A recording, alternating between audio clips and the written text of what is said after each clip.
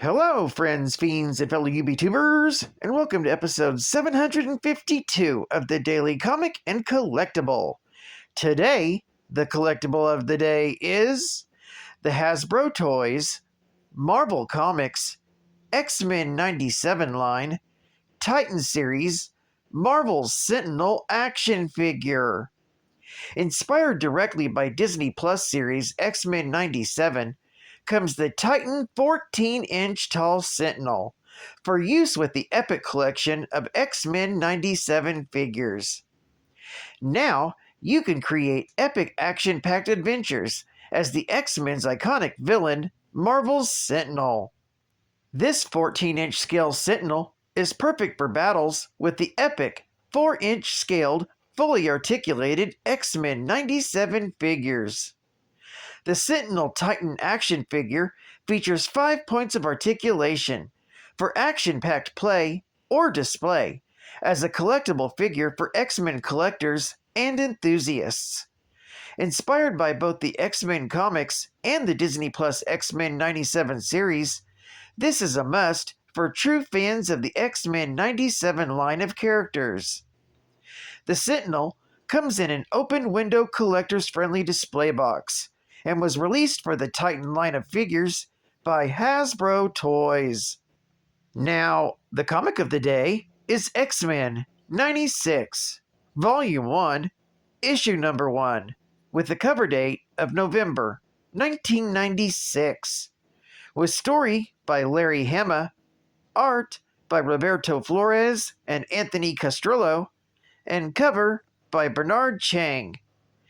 This story is titled One Day at the Mansion. The story opens after the recent Onslaught debacle, and in the aftermath, the X-Men, the X-Force, and Generation X are enjoying a much-deserved, relaxing day at the mansion, playing some baseball, cycling, and hanging out at the pool, enjoying each other's company. Suddenly, Storm gasps as a Sentinel appears in the sky over the Xavier Institute. Part of its arm and head are missing, and smoke smolders from its wounds.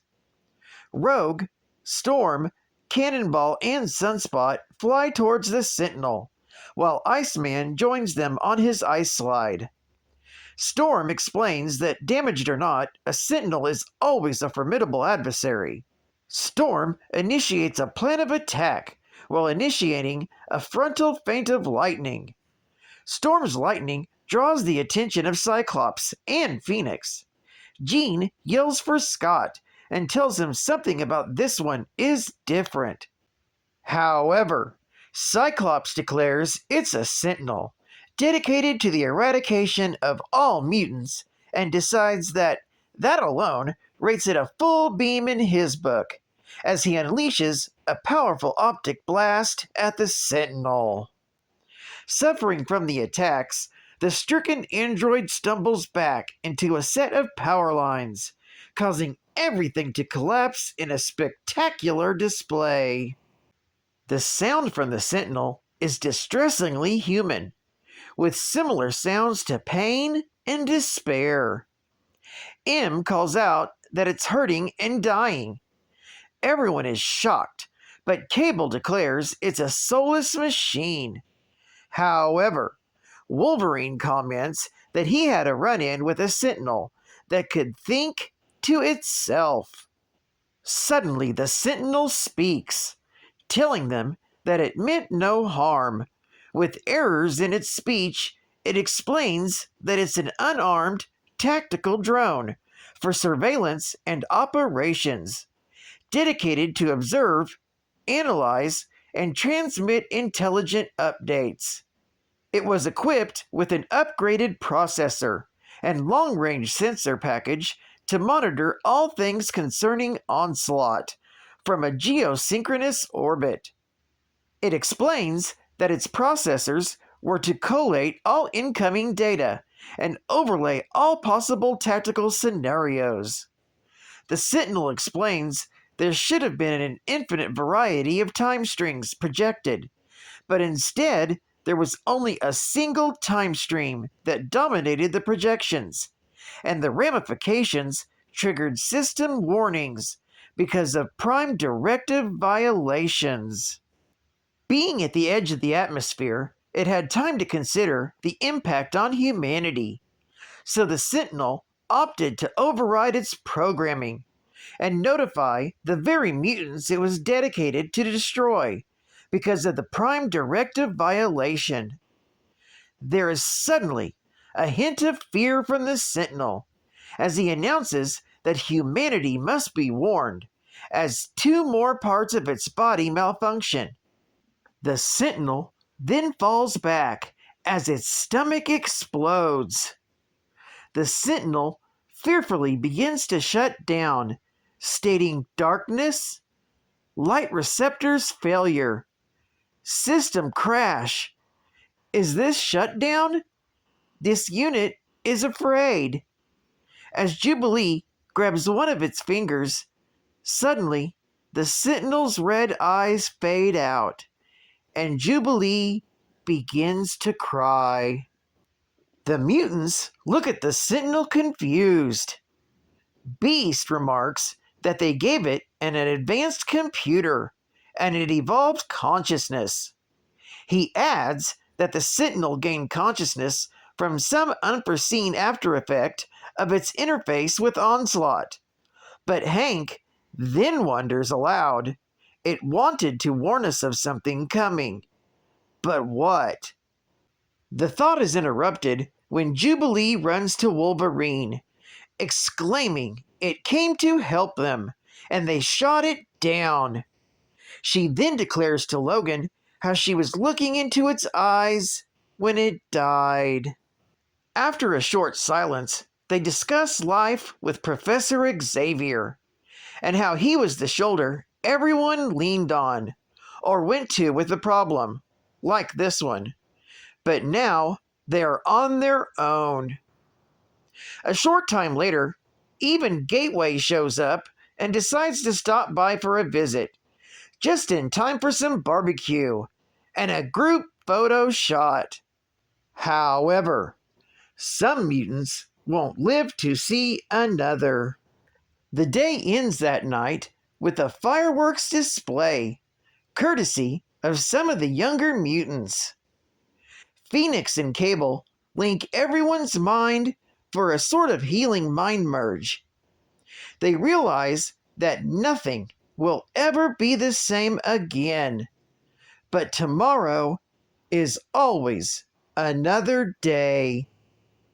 This story is continued in the X-Men 97 Annual, issue number 1.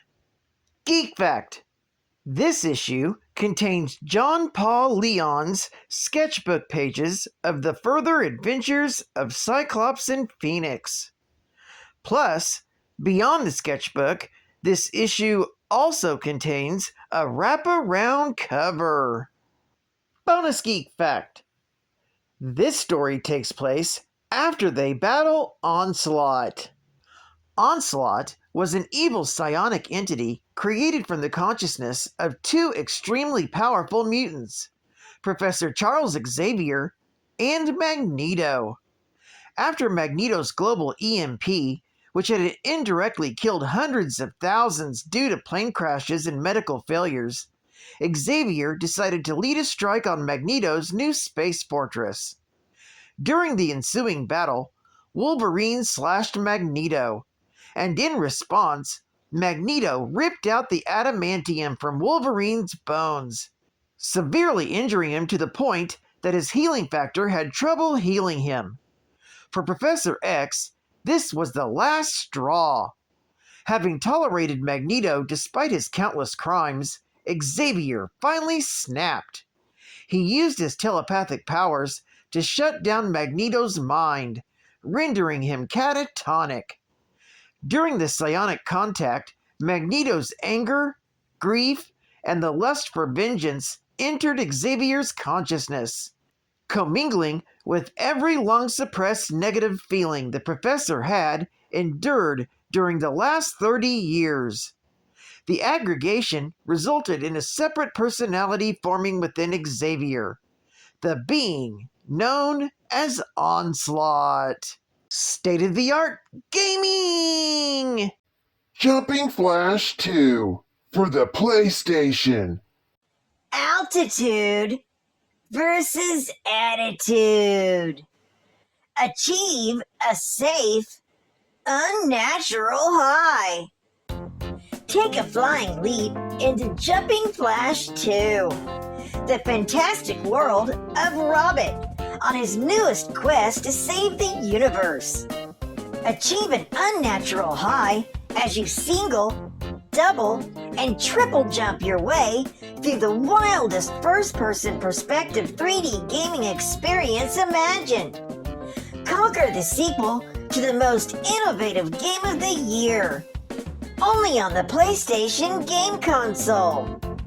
Grab your Jumping Flash 2 today, only for PlayStation. Iceman kisses me, Wiccan hugs me, I think they're okay.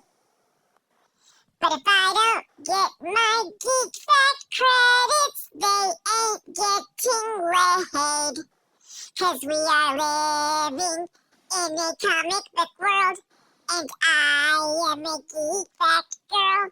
You know that we are living in a comic book world, and I am a Geek Fact girl. Brought to you by Cat Band Comics Man. The Sentinels were artificially intelligent robots designed to hunt mutant kind.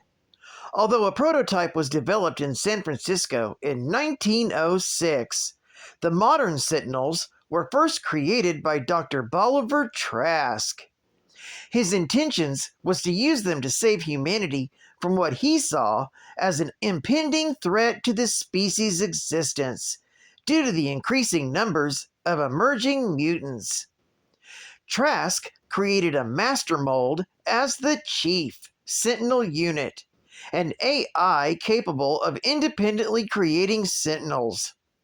While Bolivar Trask invented the Sentinels, the many lives of Moira McTaggart have shown that AI, such as the Sentinels, inevitably emerge as a certain point in humanity's environmental and societal evolution, regardless of whom their actual inventor is.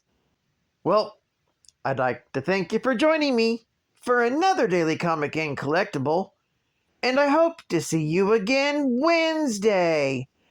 This is Cut Fun Comics Man, and I'll catch you on the flip, baby.